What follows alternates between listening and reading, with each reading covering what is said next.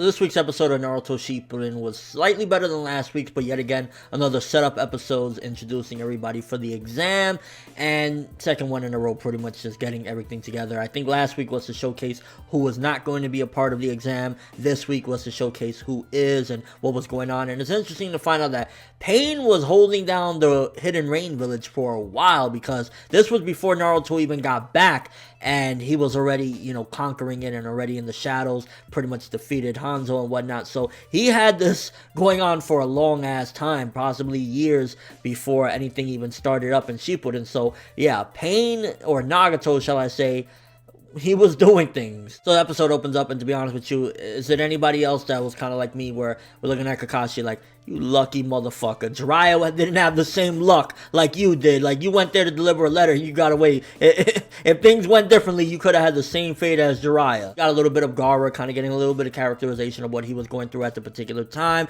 where he kind of wanted to change people's perception of him. It's like, I'm not a monster, I want people to care about me, I want people to like me, and how inspired he was by Naruto or whatever. So you see a little bit of what he was dealing with ever since the aftermath of what happened in part 1 through part 2 to, understand what made him, and I guess this is a showcase as well, what made the village believe in him, and how, in Shippuden they were all like, yeah man, no, he's our Kazekage, we really care about him. Why do they care about him when he was, previously looked at as a monster? I guess this is a showcase why. And a lot of this episode was Sakura feeling useless, and I was like, hey, if the shoe fits, right? Although it was a little touching to see Tsunade's training with her or whatnot, but I think that was actually a perfect fit. I mean, she needed a couple of team members, Sasuke and Naruto waiting for her, so she shouldn't have waited on them. So it was like, okay, set things up that she was going to work with Choji and Ino. That's a weird-ass team, I'm not even gonna lie. Not too weird, but it kind of felt weird. Like, Choji, Sakura, and Ino. It's like, out of all of them, Ino's alright.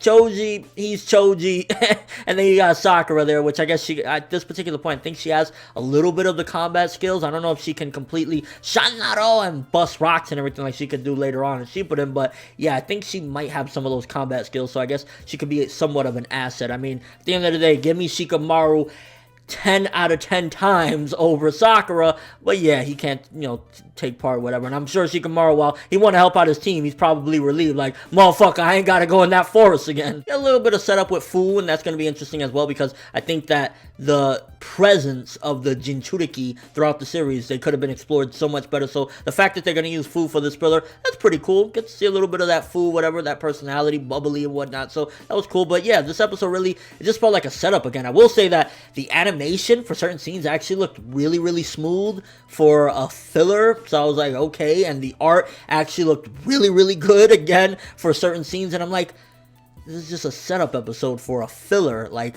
why does this look so good? Like the scenes where Naruto and Jiraiya were training, I was like, the art looks really, really good. Like, why the fuck does this look so good? And I guess it's a showcase as well, because a lot of people love to say, what the fuck did Naruto learn with Jiraiya? Personally, I think more so than combat skills, he learned to be a better person. And if you think about it, the tools that Jiraiya taught him, because, and I guess this is going into a little different discussion, but I just wanted to mention it. The tools that Jiraiya gave Naruto while he still had to train when he got back or whatever, he trained with, remember, Kakashi and Yamato or whatnot, to, I guess master a different technique or whatnot.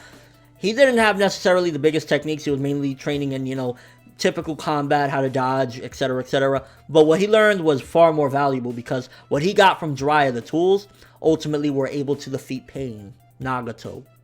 And, he brought people back, he changed. So, while he didn't give him necessarily the might he needed, ultimately, I think he got more valuable life lessons. But I guess at the same time, they want to showcase, they did do some training, they weren't just talking, etc., etc. And I guess that's the infamous scene where he fucks up Jiraiya, if I'm correct, where we saw at the end of this episode, or towards the end, he turned into, like, I think it was 2 tails or 3 tails, something like that. So yeah, we got a little bit of that as well, and again, it just looked really, really nice looking. I was like, why the fuck does the art look this good? And the exams begin at the end of the episode, we see everyone charging in, so this is an alright episode, honestly. It was like averages to alright, maybe 5.5 to a 6 out of 10 for this episode. It was like, it looked really nice in certain scenes, and surprisingly the animation was smooth, and again, it set things up when we progressed to the beginning of the exam. But yeah, it was just one of those. It wasn't really anything special, to be honest with you, and I think it dragged on things that, like, we've seen a billion times, the Konan and Nagato stuff, or, Pain or whatever. Like, that really should have been a lot shorter, and, Kakashi going to the village and all that other stuff. So a lot of scenes that just felt a little bit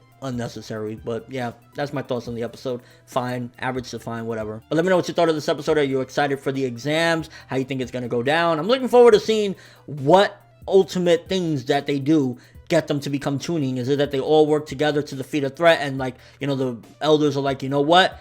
You all did a great job, and you all get to become Chunin. You Chunin, everybody are Chunin. Yeah, just your overall thoughts of the episode. Easy on the eyes, cool animation, but yeah, just another setup. But that's all I have for this review. Thanks for watching. Hope you enjoyed. If you liked anything I had to say or enjoyed the video, drop me a like. I'd greatly appreciate it. And if you haven't subscribed, if you can do so as well, that'd be awesome. I'm ForneverWorld, and as always, people, have an awesome day.